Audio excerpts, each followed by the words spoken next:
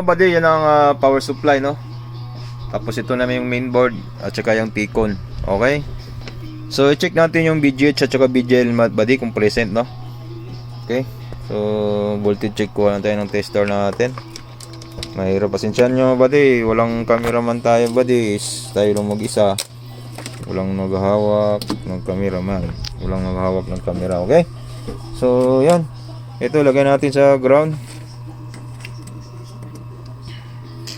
Tapos ito i-check natin, ito kita naman yung BGL, focus natin. Ito andyan, oh, BGL, BGH. Check natin yan kung meron. Pag present yan,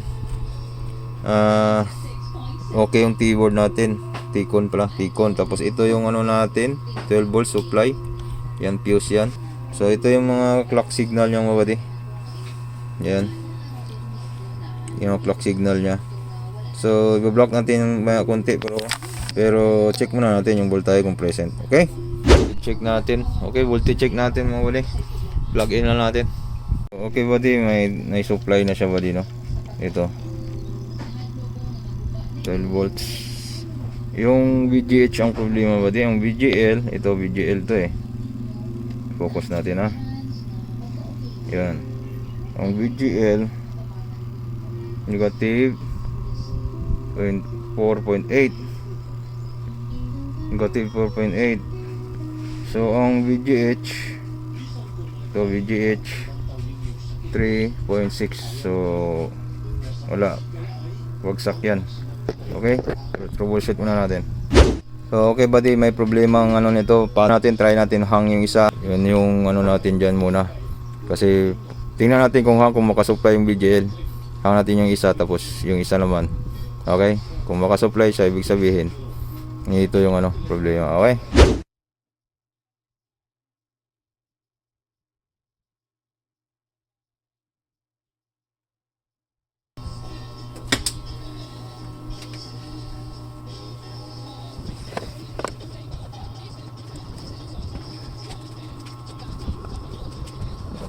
kumukurak-kurak yun yung body. And yan yung screen. Inang natin yung kabila, no? Kumukurap-kurap siya, tapos may vertical sa kabila. So hang naman natin yung kabila naman mga body, no? Okay.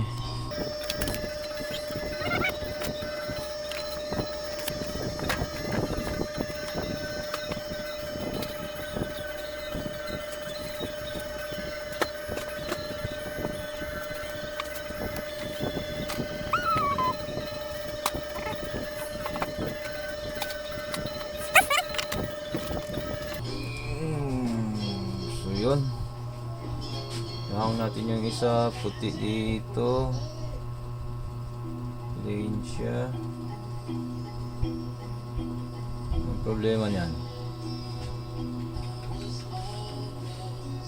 may ano sa kabila, no? Linya, no? Tingnan natin ulit. So yun bali, nagkaroon siya ng 27 nung hinang natin to, no? Nung hinang natin to, nagkaroon na ng 27 yung BGH, no? Sukatan natin, naka-power on yan. Ito yung BGH. Yan, no? Tingnan yung tester. 27, di ba? 27.8, di ba? Yan. So nagkaroon na siya ng BGL nung hinang natin to. So ibig sabihin yung problema na sa left side. Okay? So try natin clock, takpan yung clock, no? I-block natin yung clock dito sa left side kung magka-okay siya, no? Okay, kasi nung hinang natin dito mga buddy, yun pa rin yung supply ng BGL, 3 point something. Pero nung hinang natin to, tapos chinecheck natin yung BGL, nagkaroon siya ng 27.8. So okay yun, yun ang supply talaga niya, no? Okay, so try natin i-block yung signal dito sa left. Okay mga buddy, tape lang natin, mag-tape lang tayo nyan. Okay, so escape tayo ng isang 1, yung 1 pin. Escape tayo dyan, tapos block natin hanggang 12. Okay, try natin ngayon mga buddy, no? Mag-block tayo muna.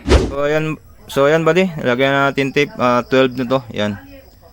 Simula diyan, nag-start sa 2 pin hanggang 12. Kasi yung 1 pin na yan is hindi kasali, no. So yan, nag-start tayo sa 2 hanggang 12 yan. 12 pin. So okay.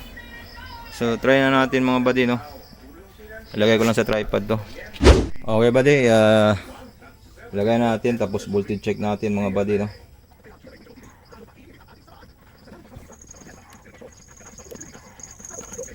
Bali, check natin yung BGH kung normal na, no.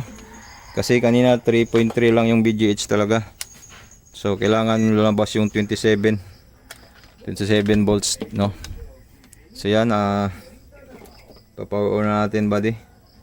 So iabang natin yung BGH dito, BGH. Yan. Iabang natin, tingnan natin ngayon, saksak natin mga buddy. Saksak. Yan. So yan, meron na 27 mga buddy, no. 27.8. So meron ng BGH, normal ng BGH mga buddy, no. So ngayon, tingnan natin yung video. Kasi may BGH na.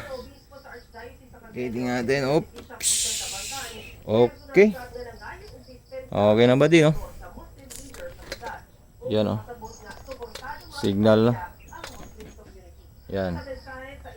Okay na, no signal, oh. Meron na, oh. Lumabas na. Okay, lagyan natin ng video yan para ma-clear na natin, no. Okay. Yan mga buddy, lagyan natin ng video yan. So, check natin. So, yan mga buddy, oh.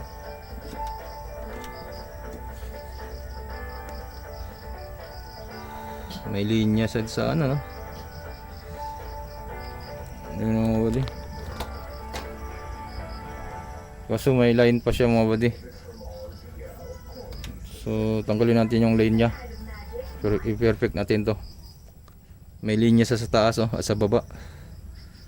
Okay, tanggalin natin tong linya na to. Line. Mga buddy, no, so ito mga buddy, nagbabalik tayo. Grabing trouble ko dito mga buddy, no. 3 oras akong trouble dito. So, palipat-lipat tayo ng ano dito, packing mga buddy. 10, urong na naman, bawas, ganun pa rin mga buddy, no. So, ano siya buddy, may hairline siya, 3 sa dito sa baba. Sa screen may hairline siya mga buddy, no, 3. Tapos dito naman sa gitna may mga 2 hairlines, nag-ano siya, nag-flickering yung hairlines niya kasabay dito, no, sa baba. So, ang ginawa natin mga buddy, yung hairlines mga buddy, ano 'yon, horizontal lines, no. Pag ganun siya, palinya. Pag ganun siya, horizontal lines. Tayo pakita ko nga muna sa inyo yung sa LCD, no. Huwag lang. Mabigat. So, ganun siya mga buddy. Ngayon, ang ginawa natin buddy, kinat natin tong LC1, LC2 dito.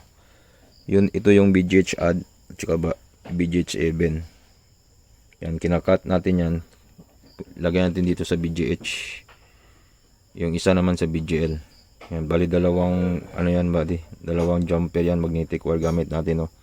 So, dalawang jumper, isa sa BGH, yung add sa BGH, yung even naman sa BGL.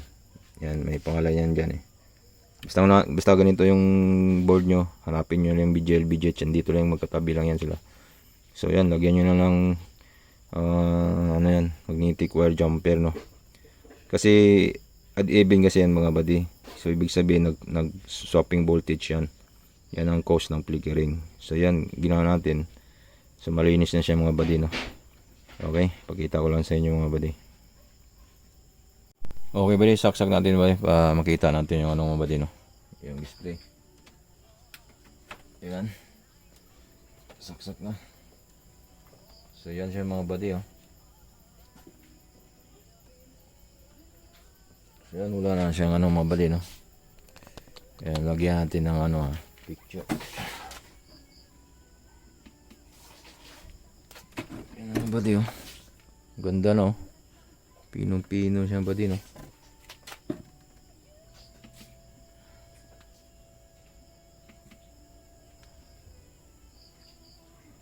Buddy, pinong-pino na buddy, no. Ganda na.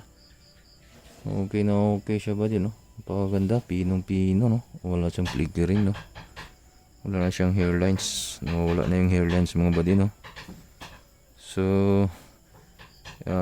at ano na natin buddy, finalize na natin buddy, no. Para try testing talaga natin. Okay.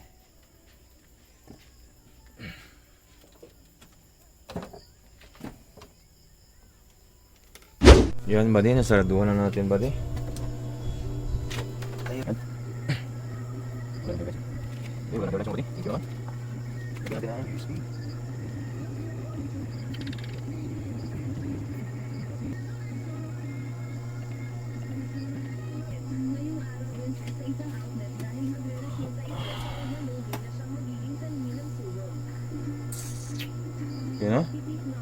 Play na. Okay na ba di? Okay na siya ba di, no? Okay na, huwag na natin patagalan, mag-copyright tayo.